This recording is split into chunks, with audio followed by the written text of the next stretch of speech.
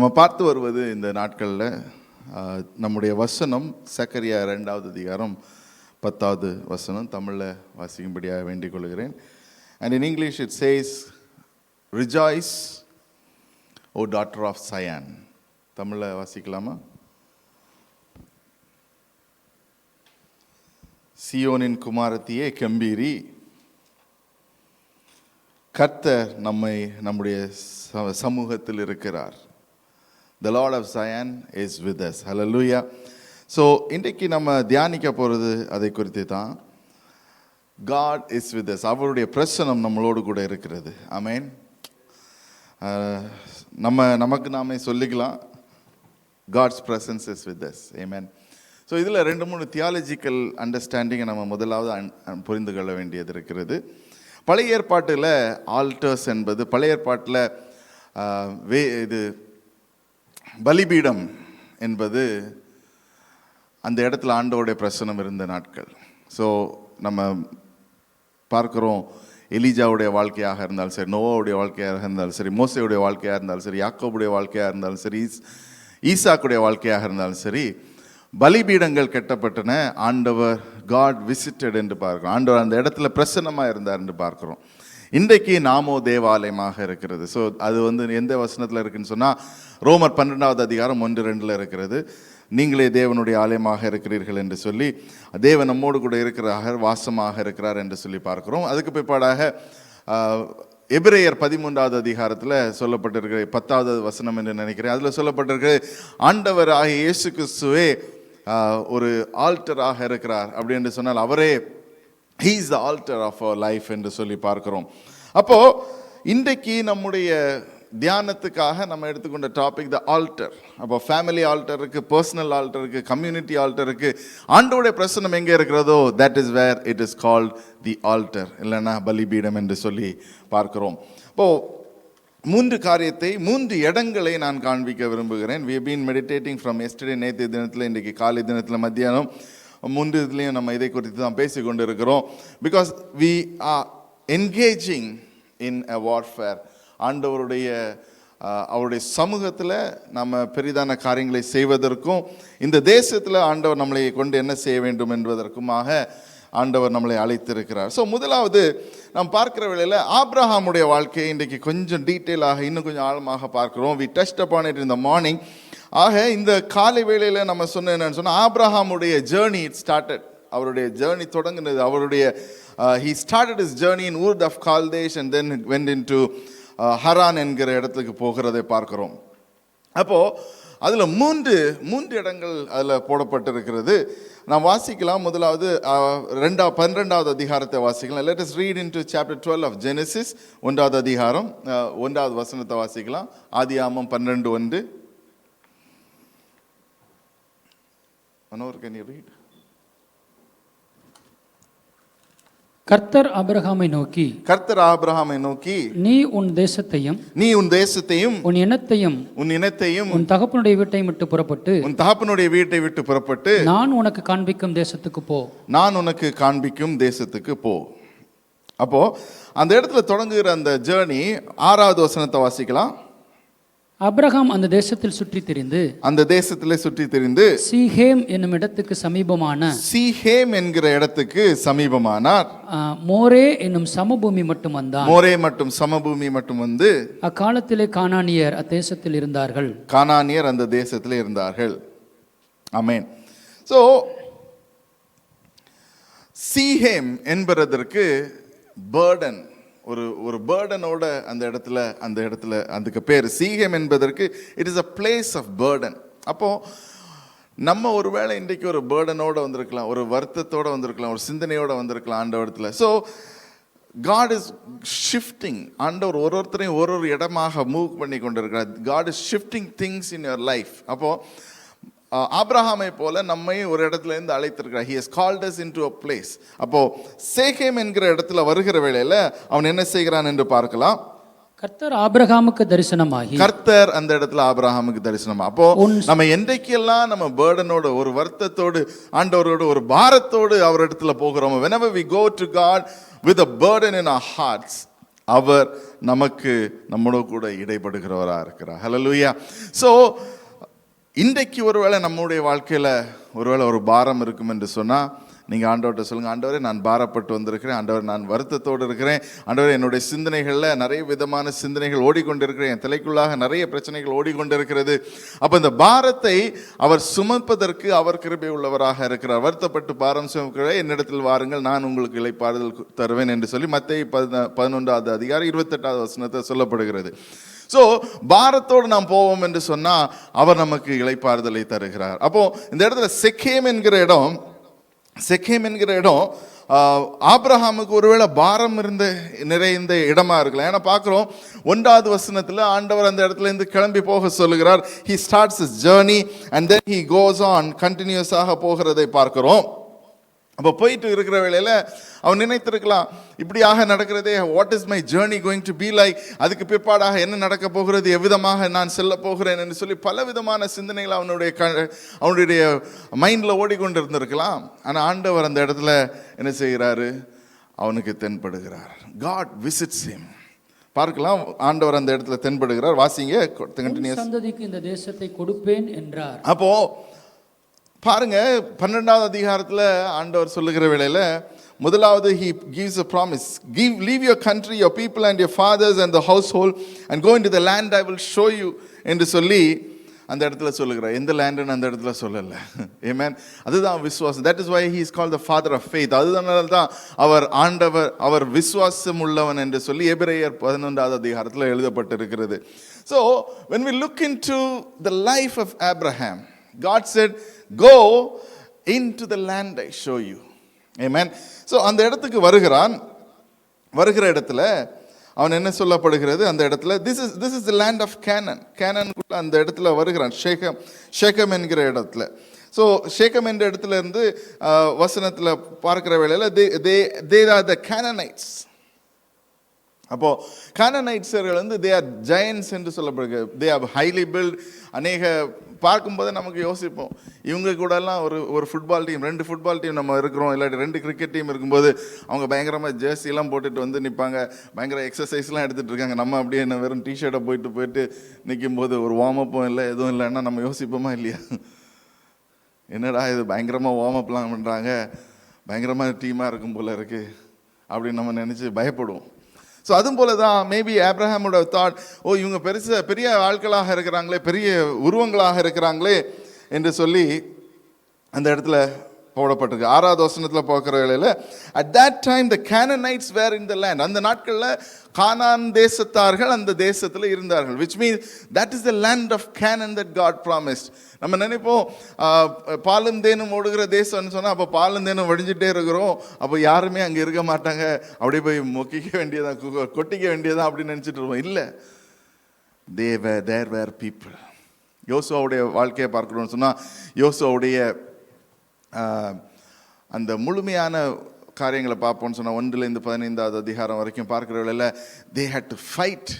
அவர்கள் போராடி அதை ஜெயிக்க வேண்டியதாக இருந்தது.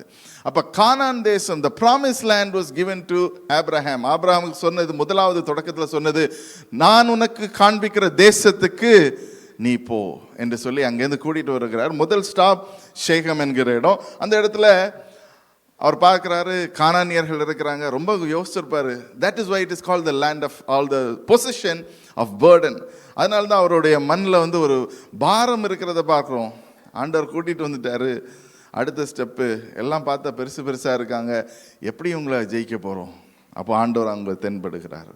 ஆண்டவர் அங்கே சொல்லுகிறாரு, ஆபிரகாமே, வாசிங்க அந்த வசனத்தை. அப்பொழுது அவன் தனக்கு தரிசனமான கர்த்தருக்கு அங்கே ஒரு பலிபீடத்தை கட்டினான். அப்பொழுது அங்கே தரிசனமாகிறார். The Lord appeared to Abraham and said, to your offspring I will give this land. உனக்கு தருவேன்னு சொல்ல, உன்னுடைய சன்னதிக்கு. தமிழ்ல அதை வாசிக்கலாம். கர்த்தர் ஆபிரகாமுக்கு தரிசனமாகி உன் கர்த்தர் சந்ததிக்கு ஆபிரகாமுக்கு தரிசனமாகி உன் சன்னதிக்கு இந்த தேசத்தை கொடுப்பேன் என்றார். இந்த தேசத்தை கொடுப்பேன் என்று சொல்லுகிறார். ஹல்லேலூயா. சில நேரத்தில் நம்ம நினைக்கிறோம், is this promise only for me or my children? என்னுடைய குழந்தைகளுக்கா எனக்கா என்று சொல்லி நம்ம சிந்தித்து கொண்டிருப்போம்னு சொன்னா, whatever God promises உங்களிலிருந்து தொடங்கி தலைமுறை தலைமுறைக்காக அது வருகிறது. That is the blessing of God. It is not just God is not a God of this generation. God is a generational God. ஒரு தலைமுறையிலும் அவர் நம்மளை சீர்படுத்தி நடத்துவதற்கு வல்லவராக இருக்கிறார். ஸோ இந்த இடத்துல பார்க்கிறோம், கானானைட்ஸ் அந்த இடத்துல பார்க்கிறாங்க, they were fearful, they had burden and God appears. அதுதான் நம்மளுடைய வாழ்க்கையில் இன்றைக்கு நம்ம அறிந்து கொள்ள வேண்டியது, நம்ம எப்போல்லாம் வருத்தப்பட்டுக்கிட்டு இருக்கோமோ, எப்போல்லாம் நமக்குடைய மனம் பாரமாக இருக்கிறதோ, ஆண்டவரை நோக்கி கூப்பிடுகிற வேளையில் ஆண்டவர் நமக்கு தென்படுவாராக. ஹல்லேலூயா. ஸோ அந்த இடத்துல உடனே என்ன செய்கிறான், ஆபிரகாம் ஒரு பலிபீடத்தை கட்டுகிறான் டு தேங்க் காட். அதுதான் அந்த நாட்களில் பலிபீடத்துக்கு உபயோகமாக இருந்த ஆண்டவர் எந்தெல்லாம் ஆண்டவரை சந்தித்தார்களோ அந்த இடத்துல எல்லாம் பலிபீடத்தை அவர்கள் கட்டினார்கள். That is called the alter. அப்போ இந்த ஆல்டர் பார்க்கிற வேளையில் he was burdened in the place of Shem and God appeared and strengthened him. அவனை பலப்படுத்தினால் அந்த இடத்துல அவன் அந்த இடத்துல ஒரு ஆல்டரை கட்டுகிறான், ஒரு பலிபீடத்தை கட்டி ஆண்டவருக்கு ஸ்துதி செலுத்துகிறான். ரெண்டாவது பார்க்கலாம், 12வது அதிகாரம் 7வது வசனம் நம்ம வாசிச்சோம், 8வது வசனத்தை வாசிக்கலாம். பின்பு அவன் அவ்விடம் விட்டு பெயர்ந்து பெத்தேலுக்கு கிழக்கே இருக்கும் மலைக்கு போய் பெத்தேல் தனக்கு மேற்காகவும் ஆயி கிழக்காகவும் இருக்க கூடாரம் போட்டு அங்கே கர்த்தருக்கு ஒரு பலிபீடத்தை கட்டி கர்த்தருடைய நாமத்தை தொழுது கொண்டான். அப்போ from his personal encounter இந்த இடத்துல பார்க்கிறோம், பெத்தேல் அந்த இடத்துல இருந்து அவர் போகிறார். from there he goes on, he built an altar, அந்த இடத்துல போய் நிற்கிறதை பார்க்கிறோம். ஸோ அதுக்கு பிற்பாடாக பெத்தேல் என்கிற இடத்துக்கு the house of God என்று அர்த்தம். பெத்தேல் என்று சொன்னால் the house of God. ஆய் என்கிற இடம் ஒரு ரூயினான இடம். ரூயின்னா ரொம்ப மோசமான இடம். அதனால தான் பேட்டில் ஆஃப் ஆயின்னு சொல்லி யோசுவா புஸ்தகத்தில் பார்க்குறது. அந்த இடத்துல அவர்களுக்கு தோல்வி வருகிறது. சில நேரங்களில் சில இடங்களில் நம்ம போகாமல் இருக்கிறது நல்லது. ஏன்னா தெரியும், இந்த இடத்துல போய் நம்ம ஏதாவது விதைச்சோன்னா விதைக்காது, எதா இடத்துல நம்ம விதைக்கிற வேளையில் அதில் பலன் இருக்குதா என்று நமக்கு தெரியாது. ஸோ சில இடங்களில் நம்ம we have to see what is the history of the place.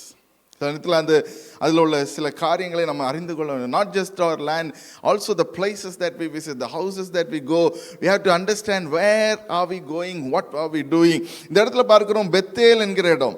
அப்போது பெத்தேல் என்பதுக்கு ஹவுஸ் ஆஃப் காட் என்று சொல்லி நம்ம கிறிஸ்தவர்களாக இருப்போம்னு சொன்னால் எல்லாருடைய வீட்டுக்கும் பேர் என்னன்னு போடுவோம்னா பெத்தேல்னு போடுவோம். ஏன்னா ஹவுஸ் ஆஃப் காட், தேவனுடைய வீடாக இருக்கிறது.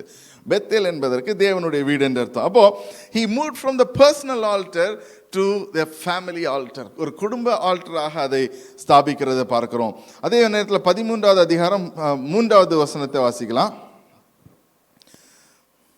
13வது அதிகாரம் 3வது வசனம். ஆபிரகாம் அங்கிருந்து போய் அவன் தன் பிரயாணங்களிலே 1, 2, 3 வாசிக்கலாம்.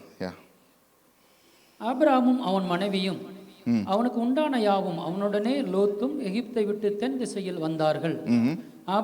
ஆபிரகாம் மிருக ஜீவன்களும் வெள்ளியும் பொன்னுமான ஆஸ்திகளை உடைய சீமானாயிருந்தான். அவன் தன் பிரயாணங்களில் தெற்கே இருந்து பெத்தேல் மட்டும் பெத்தேலுக்கும் ஆயிக்கும் நடுவாக தான் முன்பு கூடாரம் போட்டதும் தான் முதல் ஒரு பலிபீடத்தை உண்டாக்கினதுமான ஸ்தலம் மட்டும் போனான். அங்கே ஆபிரகாம் கர்த்தருடைய நாமத்தை தொழுது கொண்டான். ஆமென். இது ரொம்ப முக்கியமான வசனம். ஏன்னு சொன்னால் இடையில எங்கே போயிட்டார்னா கொஞ்சம் டீவியேட் ஆகி ஈஜிப்டுக்குள்ளே போயிட்டார். அங்கே போய் தேவையில்லாத பிரச்சனை. ஸோ சில நேரத்தில் நம்ம அப்படி தான், ஆண்டவர் நமக்கு சொல்லுகிறார் இந்த இடத்துல இருங்க, இதை செய்யுங்க, இப்படி செய்யுங்க என்று சொல்லி ஆண்டவர் நம்மோடு கூட பேசுகிறார். நம்ம சொல்லுவோம் இல்லை அது கொஞ்சம் செழிப்பாக இருக்குது, நம்ம பழைய ஒரு சொல்லுண்டு இக்கிற மாட்டுக்கு அக்கறை பச்சை அப்படின்னு சொல்லி இங்கே நம்ம இருக்கும்போது தான் அடுத்த இடத்துல இன்னும் நல்லா இருக்கே, அது நல்லா இருக்கே, அது எப்படி இருக்கே அப்படின்னு சொல்லி பொதுவாக நம்ம சாப்பிட்ற வேலையில் பக்கத்தில் டேபிள் உள்ளது எப்போவுமே டேஸ்ட்டாக இருக்கும். ஆமேன். அதுக்காக பக்கத்தில் இருக்க டேஸ்ட் அது என்ன சாப்பிட்றாங்கன்னு சொல்லி நம்ம ஆர்டர் பண்ணால் நமக்கு பிடிக்காம போயிடும். எத்தனை பேருக்கு இந்த எக்ஸ்பீரியன்ஸ் இருக்குன்னு தெரில, இருக்கும்னு நினைக்கிறேன். ஆமேன். ஸோ எப்போவுமே அதான் ஆண்டவர் அவர் வழி நடத்திட்டு அழகாக வழி நடத்திட்டு வர்றாரு பாருங்க. திடீர்னு அவருக்கு என்ன ஆயிடுச்சுன்னா, இங்கெல்லாம் செழிப்பில்லை, நான் என்ன செய்கிறேன், எகிப்துக்கு போகிறேன் அப்படின்னு சொல்லி he jumped out of the will of God சொல்லி தேவையில்லாத காரியத்துக்குள்ளாக இடைப்பட்டு ஒரு கடவுளை அறியாதவனவட்ட வந்து, எப்பா நீ தயவு செய்து உன் ஆண்டவராச்சு நீயாச்சு இந்த இடத்துல இருந்து கிளம்புப்பான்னு சொல்லி திருப்பி அனுப்புகிற வரைக்கும் ஆயிடுச்சு. இந்த நேரத்தில் when we do not do according to the will of God, we are talking about the father of faith. அப்போ விசுவாசத்தின் தந்தை என்று சொல்லுகிற வேளையில் he is a God of faith, he is the man of faith. அவருக்கே இந்த மாதிரி ஆகும்போது நம்ம இந்த காரியங்களை கொஞ்சம் கூட தெளிவாக இருக்கணும். இந்த எது எழுதப்பட்டிருக்கு எதுக்குன்னு சொன்னால், நம்மளும் இதை மாதிரியாக தெளிவாக இருக்கு, for us to be very careful in the ways of the Lord. அப்போது எகிப்தில் போயிட்டு மறுபடியும் எங்கே வருகிறான்னு சொன்னால், மறுபடியும் என்னுடைய வீட்டுக்கு வரேன் ஆண்டவரே, உங்களுடைய வீடு பெத்தேல், அங்கே வந்து ஆண்டவரை துதித்தான் என்று சொல்லுகிறோம். Hallelujah. So he had a burden. அந்த பேர்டன் ஆண்டவர் அவனோட சந்தித்ததுக்கு பிற்பாடு அவன் நினைத்து பார்க்கிற வேளையில், கானான் தேசத்தில் இதை உனக்கு சன்னதிக்கு கொடுப்பேன்னு சொல்லுகிறல, அப்போ எனக்கு எங்கே வேர் இஸ் மை பார்ட் அப்படின்னு சொல்லி ஒரு வேளை சிந்தித்துக்கலாம். நான் யூகிக்கிறேன். I am not just going through the text, I am just thinking about it.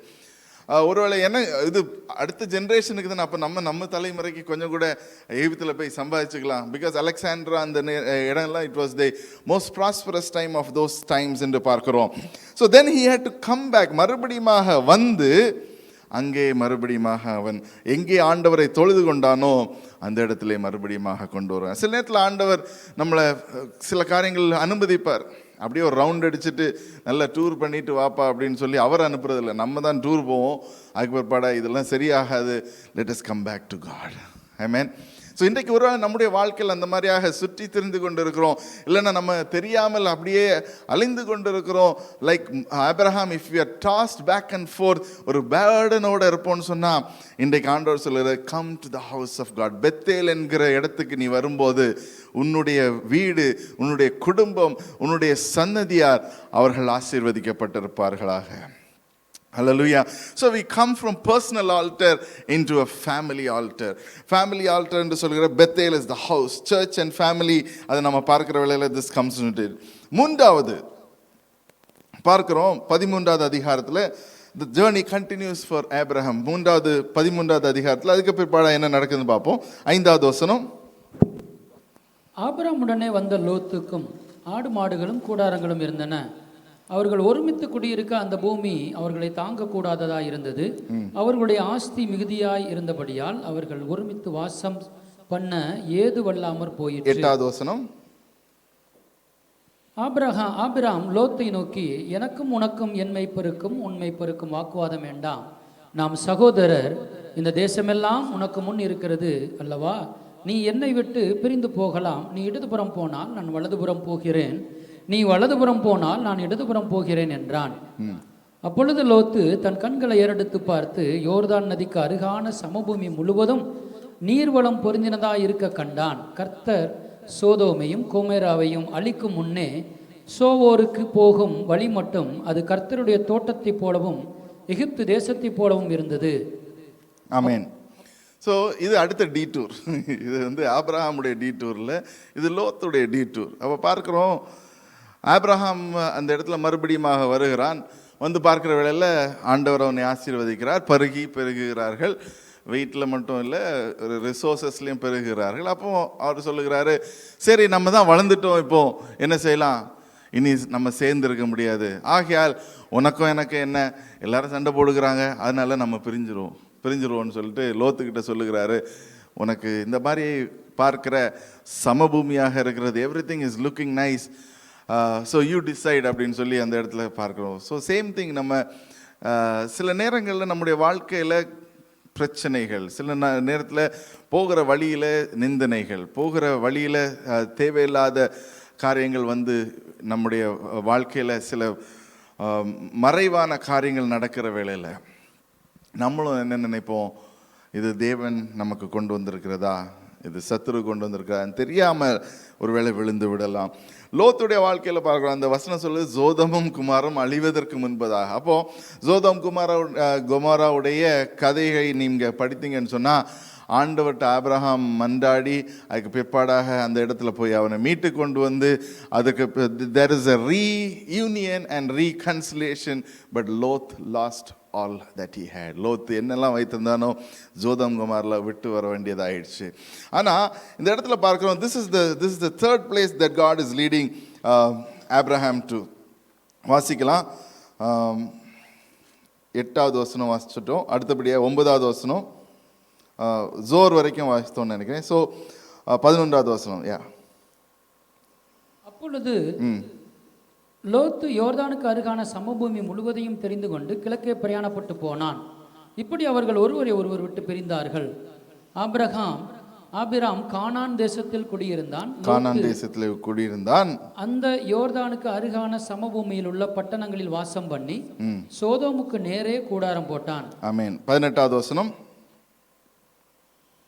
அப்பொழுது ஆபிராம் கூடாரத்தை பெயர்த்து கொண்டு போய் எபிரோனில் இருக்கும் மம்ரேயின் சமபூமியில் சேர்ந்து குடியிருந்து அங்கே கர்த்தருக்கு ஒரு பலிபீடத்தை கட்டினான்.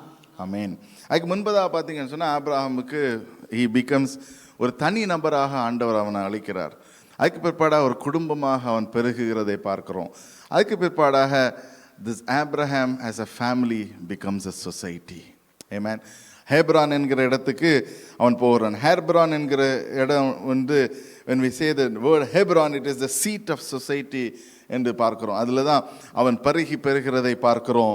அது மட்டும் இல்லை, மாமரே என்பதற்கு தேவனுடைய பெலன், the strength of the Lord என்பது அர்த்தமாக இருக்கிறது. ஸோ இன்றைக்கு ஆண்டவர் நம்மோடு கூட பேசுகிற ஒரு காரியம் என்னன்னு சொன்னால், until we have moved from a personal altar, ஒரு தனிப்பட்ட முறையில் தேவனுடைய அவருடைய அந்த பலிபீடத்தை நாம் ருசிக்காமல் போகும் என்று சொன்னால் நமக்கு அடுத்த ஸ்டெப்பு ஃபேமிலியுடைய ஆல்டருக்குள்ளாக போக முடியாது.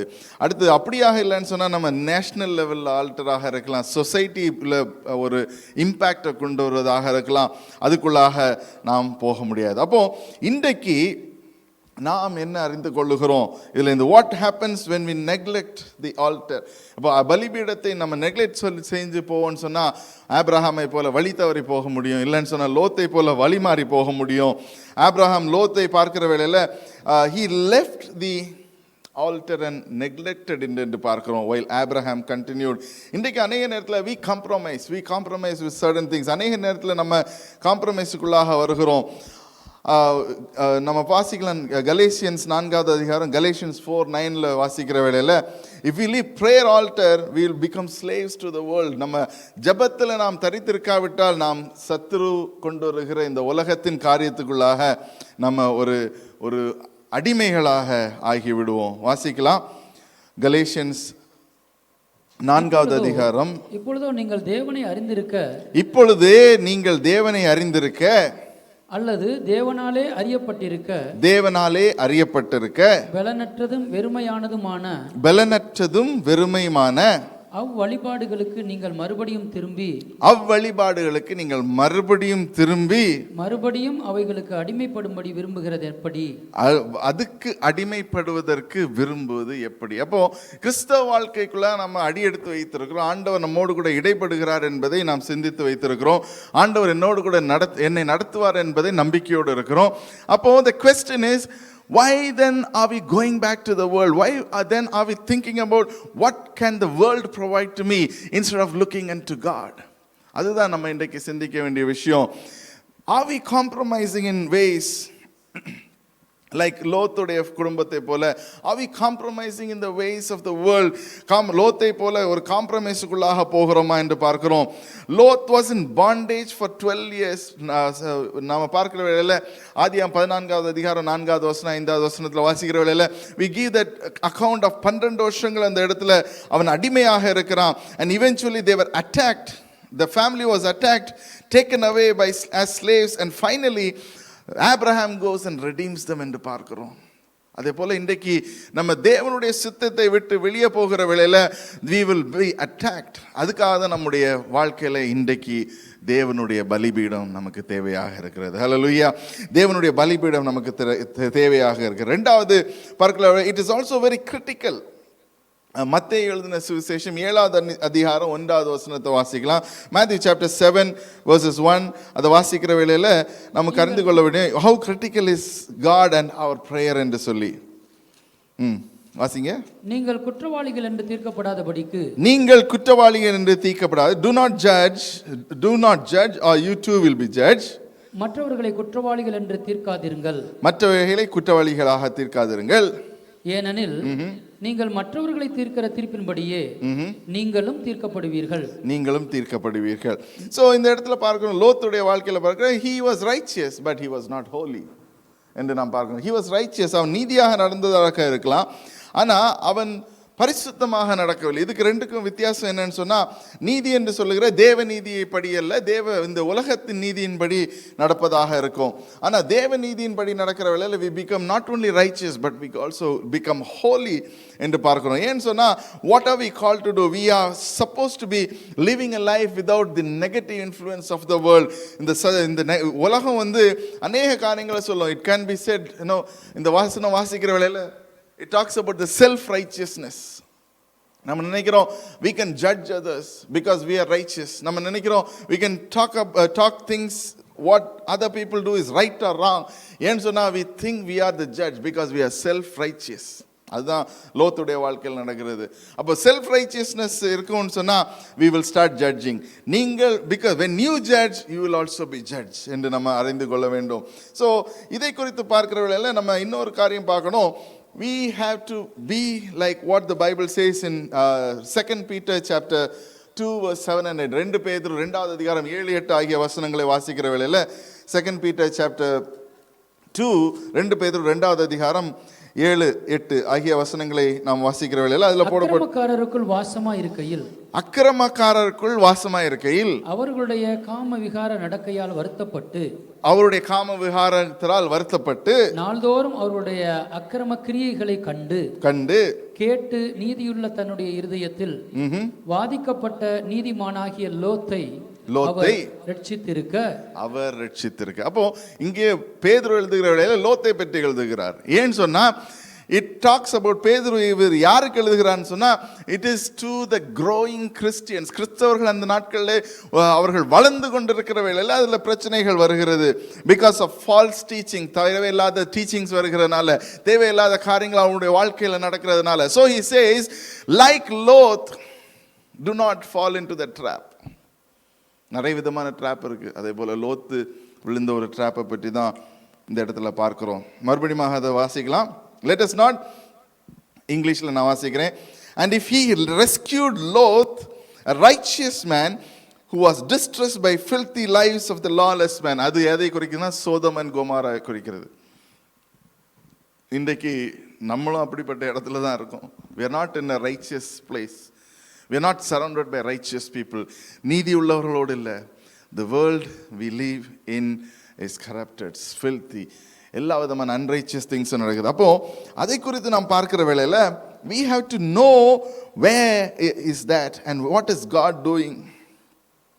9வது வசனம், கர்த்தர் தேவ பக்தி உள்ளவர்களை சோதனையில் நின்று ரட்சிக்கவும், கர்த்தர் தேவ பக்தி உள்ளவர்களை சோதனையில் நின்று ரட்சிக்கவும், அக்கிரமக்காரரை ஆக்கினைக்குள்ளானவர்களாக நியாய தீர்ப்பு நாளுக்கு வைக்கவும் அறிந்திருக்கிறார். விசேஷமாக அசுத்த இச்சையோடே மாம்சத்திற்கேற்றபடி நடந்து கர்த்தத்துவத்தை அசட்டை பண்ணுகிறவர்களை அப்படி செய்வார். இவர்கள் துணிகரக்காரர், அகங்காரிகள், மகத்துவங்களை தூஷிக்க அஞ்சாதவர்கள். Amen. So a list of things who God will judge. ஆண்டவர் கடைசியாக யாரை ஜட்ஜ் பண்ணுவார்? ஆனா நம்மை போன்ற தவறுகிறவர்களை அவர் மறுபடியுமாக பரிசீலனை பண்ணி ஏற்றுக்கொள்வதற்கு கிருபை உள்ளவராக. ஸோ முதலாவது we talked about contamination இல்லாமல் இருப்பதற்கு நம்ம என்ன செய்ய வேண்டும் என்று சொல்லி, ஆர் ரெண்டாவது பார்த்தோம் காம்ப்ரமைஸ் பண்ணாமல் இருக்கிறதுக்கு என்ன செய்ய வேண்டும் சொல்லி, ரெண்டாவது முக்கியமாக நம்முடைய வாழ்க்கையில் விதிமுறைகளை எப்படியாக போக வேண்டும் என்று சொல்லி பார்க்கிறோம். மூன்றாவது இதன் மூலமாக நாம் என்ன செய்ய வேண்டும் என்று சொன்னால் we might get crippled, we might get things out of our way. அப்போ அதில் வாசிக்கிற வேளையில் ஆதியாகமம் 19வது அதிகாரத்தை வாசிக்கலாம். Genesis chapter 19 verse 14. ஆதியாகமம் 19வது அதிகாரம் 14வது வசனம். அப்பொழுது லோத்து புறப்பட்டு தன் குமாரத்திகளை விவாகம் பண்ண போகிற தன் மருமக்கள் மாரோடே பேசி, நீங்கள் எழுந்து இந்த ஸ்தலத்தை விட்டு புறப்படுங்கள், கர்த்தர் இந்த பட்டணத்தை அழிக்கப் போகிறார் என்றார். கர்த்தர் இந்த பட்டணத்தை அழிக்க போய் he was crippled, he couldn't do anything. அவனுடைய குடும்பத்துக்கு அவன் ஒன்றும் செய்ய முடியாமல் இருக்கிறதை பார்க்கிறோம். அப்போ நம்ம அதை குறித்து பார்க்கிறோம். 1 கொரிந்தியர் 4வது அதிகாரம் 20வது வசனத்தில் பார்க்கிறோம். 1 கொரிந்தியர் chapter 4 verse 20. அதை வாசிக்கிறவர்கள் ஆண்டவர் நமக்கு ஒரு ஞானத்தை தருகிறார், ஒரு புத்தியை தருகிறார், எப்படி செய்ய வேண்டும் என்று சொல்லி. தேவனுடைய ராஜ்யம் பேச்சிலே அல்ல பலத்திலே உண்டாயிருக்கிறது. அப்போ நம்ம எந்த பலத்தில் ஓடுகிறோம், யாருடைய சிந்தனையில் ஓடுகிறோம் என்பது நாம் அறிந்து கொள்ளணும். லோத்து அந்த இடத்துல போகிறான். he gets contaminated, he gets crippled because of things that is happening in his family, in his life. அதன் மூலமாக என்ன நடக்கிறதுன்னு பார்த்தா, அவன் சொல்கிறான், நீங்கள் எப்படியாவது உங்களையாவது ரட்சித்துக் கொள்ளுங்க, நீங்கள் உங்கள் வழியில் பெய்யாது எப்படியாவது செய்து இந்த இடத்த விட்டு போயிருங்க. I might die, it is perfectly fine. அதை வாசிச்சிங்கன்னா உங்களுக்கு தெரியும் what difficult challenges he went through. But என்னன்னு சொன்னால், இந்த இடத்துல பார்க்கிறோம், when God says if we leave the prayer altar, லோத்தை போல நம்ம தனி வெளியில் போகிறோம், ஆண்டவரை எனக்கு வேண்டாம், ஜெபத்தை விடுகிறோம், பைபிள் ஸ்டடியை விடுகிறோம்னு சொன்னால், it will cripple us. கிறிஸ்தவர்களாகிய நம்ம அது என்ன செய்யணும்னா மூடவனாக்கி விட்டுரும். கிறிஸ்தவர்களாக தான் இருப்போம், 20 வருஷமாக சொல்லுவோம் நான் கிறிஸ்தவன். ஆனால் செயலாக்கத்துக்குள்ளாக வராதபடி சத்ருவானவன் நம்மளையும் அந்த மாதிரியாக கட்டி வைக்க முடியும். ஸோ இன்றைக்கு why do we need prayer altars? Because நம்முடைய தனிப்பட்ட முறையில் ஜெபிக்கிறது நிமித்தமாக நம்முடைய குடும்ப ஜெபம் பலப்படும். குடும்ப ஜெபம் பலப்படுதுனால சபையிலும் நம்ம சுற்றி இருக்கிற அநேகருடைய வாழ்க்கையை நம்மளால் மாற்ற முடியும். அதுக்காக தான் நாம் என்ன செய்யணும்னு சொன்னால், முதலாவது தேவனுடைய பலிபீடத்தை கட்டணும். அதுதான் ஆபிரகாம் செய்த காரியம். முதலாவது அவன் அந்த இடத்துலேருந்து அவனுக்கு அந்த சத்திய வசனம் வந்த பிற்பாடாக அவன் எழுந்து போகிறான், அந்த இடத்துல போய் ஒரு பலிபீடத்தை கட்டுகிறான். It is a burden. அவனுடைய மனதின் பாரங்களை அந்த இடத்துல இறக்கி வைத்து ஆண்டவருக்கு என்று ஒரு பலிபீடத்தை கட்டுகிறான். அதுக்கு பிற்பாடாக மறுபடியும் ஷெகம்லேருந்து போய் அவன் எங்கே போகிறான்னு சொன்னால் பெத்தேலுக்கு போகிறான். அந்த இடத்துல ஒரு ஃபேமிலி ஆல்டரை கட்டுகிறான். 3வது இடத்துல போகிறான் ஹெப்ரான். அந்த இடத்துல ஆண்டவர் அவனை பயங்கரமாக உயர்த்தி வைக்கிற வேளையில் அவன் அநேகருக்கு ஒரு பெரிய ஒரு ஆசீர்வாதமாக மாறுகிறான். இன்றைக்கு நம்முடைய வாழ்க்கையிலையும் இந்த காரியங்கள்லாம் நடக்கணும்னு சொன்னால், நம்முடைய வாழ்க்கையை நாம் கண்டாமினேட் பண்ணாமல், காம்ப்ரமைஸ் பண்ணாமல் நாம் வாழ்வதற்கு நாம் அழைக்கப்படுகிறோம். 2வது முக்கியமான காரியம் என்னன்னு சொன்னால், தேவன் நம்முடைய நீதியை நம்ம தேடுவோம். நம்முடைய நீதியின் படி இல்லாமல் நாம் நடப்பதற்கு நாம் நம்மளை ஒப்பு கொடுக்கணும். 3வது கடைசியாகவும், Satan will come to cripple us. நம்மளை அவன் மூடனாக்குவதற்கும் நம்மளை செய்கிற காரியங்களை முடக்குவதற்கும், இதெல்லாம் செஞ்சு என்ன ஆக போகுது, இப்படிலாம் செஞ்ச ஒரு யூஸே இல்லை அப்படின்னு சொல்லி நம்ம செய்கிற காரியங்களை முடக்குவதற்கு சத்துரு ஏது உள்ளவனாக இருக்கு. அதனால தான் பேதுரு அந்த இடத்துல சொல்கிறாரு, நீங்க என்னெல்லாம் செய்கிறீங்களோ, நீங்க என்ன செய்வதையும் ஆண்டவருக்கு என்று செய்யுங்க என்று சொல்கிறார். It is for the growing Christians, it is a challenge to overcome the wise and the challenging activities that Satan brings into our life. சத்துருவானவன் கொண்டு வருகிற சில காரியங்களை, தந்திரங்களை நாம் அறிந்து கொள்வதற்கு ஆண்டவருடைய அந்த பலிபீடம் நமக்கு தேவைப்படுகிறது. அங்கே இருக்கிற வேளையில் சத்ரு கொண்டு வர ஒரு காரியமும் சத்ருவானவன் கொண்டு வருகிற பரிசுத்த ஆவியானவன் நமக்கு உணர்த்துவார். தம்பி தங்கச்சி இதை செய்யாத, செஞ்சால் பிரச்சனை வரும். இன்றைக்கி ஒருத்தரோட பேசி கொண்டிருந்தார். அவர் சொன்னார், எனக்கு இந்த மாதிரியாக இன்றைக்கி மத்தியானம் we had the same message going on about understanding how the Satan works in different lives to cripple them என்று சொல்லி பார்த்து கொண்டிருந்த வேளையில் ஒருத்தர் என்னோட கூட பேசணும்னு சொல்லி then he came and shared and said, pastor என்னுடைய வாழ்க்கையில் இந்த மாதிரியாக நடக்குது. all I asked them to do is, இன்றைக்காவது நீங்கள் ஆண்டவர்கிட்ட நீங்கள் யாரோ பெரிய ஆள்னு இல்லாமல் உண்மையாக ஆண்டவர்கிட்ட உங்களை இருதயத்தை சொல்லுவாங்க. do not fake with things. this is what God has been asking us to do. be real. எல்லாரும் பாவம் செய்திருக்கிறோம். Everybody is a sinner. everybody is sinner in the eyes of God. ஆண்டவருடைய கண்களில் எல்லாரும் பாவிகளாக இருக்கிறோம். no one is righteous. அப்போ அவரோடு கூட நெருங்க நம்முடைய பாவங்களை அவர் சுட்டி காட்டி இன்னும் நம்மளை பரிசுத்தப்படுத்துகிறார். that is called sanctification in a process. அப்போது அவர் சொன்ன காரியம்னு சொன்னால், எனக்கு இந்த மாதிரியாக இது டெம்டேஷன்ஸ் இருக்குது, எனக்காக ஜெபிங்க என்று சொல்லி. So we believe that God will renew the altars in our life. இந்த நாட்களில் நாம் முக்கியமாக பார்க்க வேண்டியது சக்கரியா 2வது அதிகாரம் 10வது வசனத்தில் கர்த்தர் நம் நடுவிலே இருக்கிறார். அப்போ கர்த்தர் நமக்கு பலிபீடமாக நம்மோடு கூட இருக்க வேண்டும் சொன்னால் நம்முடையக்குள்ளாக தேவ ஆவியானவர் இருக்கிறார். கடைசியாக 12வது ரோமர் 12:1-2 வாசித்து முடிக்கலாம். Gary can come first.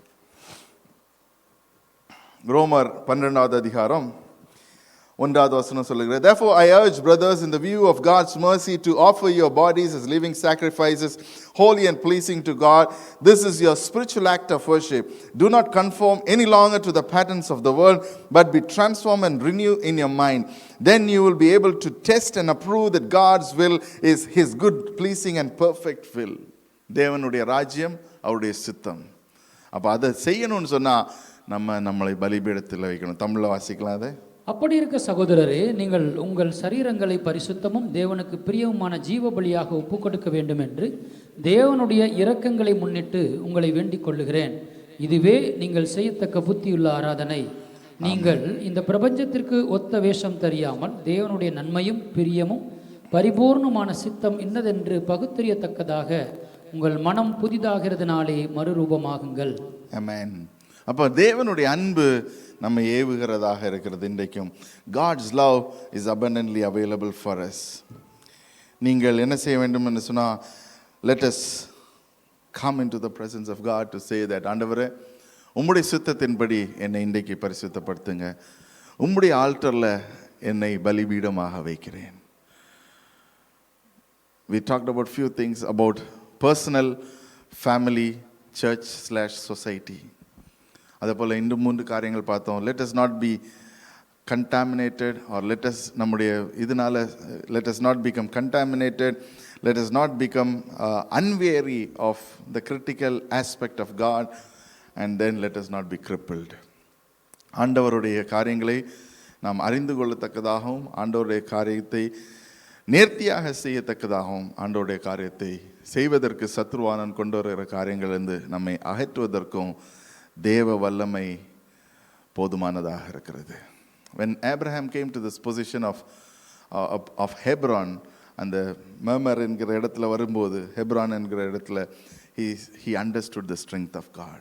அதுபோல் இன்றைக்கும் நாம் அப்படியே ஒரு ஜேர்னியில் வரும்போது சில நேரத்தில் நமக்கு தொடங்குகிற வேளையில் ஆண்டவருடைய பலன் என்னன்னு தெரியாது, சில நேரம் செய்கிற காரியங்களில் ஆண்டவருடைய பலன் என்னன்னு தெரியாது. ஆனால் நம்ம கண்டினியூஸாக நம்மளை கமிட் பண்ணுவோம், நம்முடைய குடும்பத்தை கமிட் பண்ணுவோம், நம்முடைய சபையை கமிட் பண்ணுவோம். கர்த்தர் அவருடைய பலத்தால் நம்மளை தாங்குவார். ஹல்லேலூயா. கண்களை மூடி ஆண்டவர் நோக்கி பார்ப்போம்.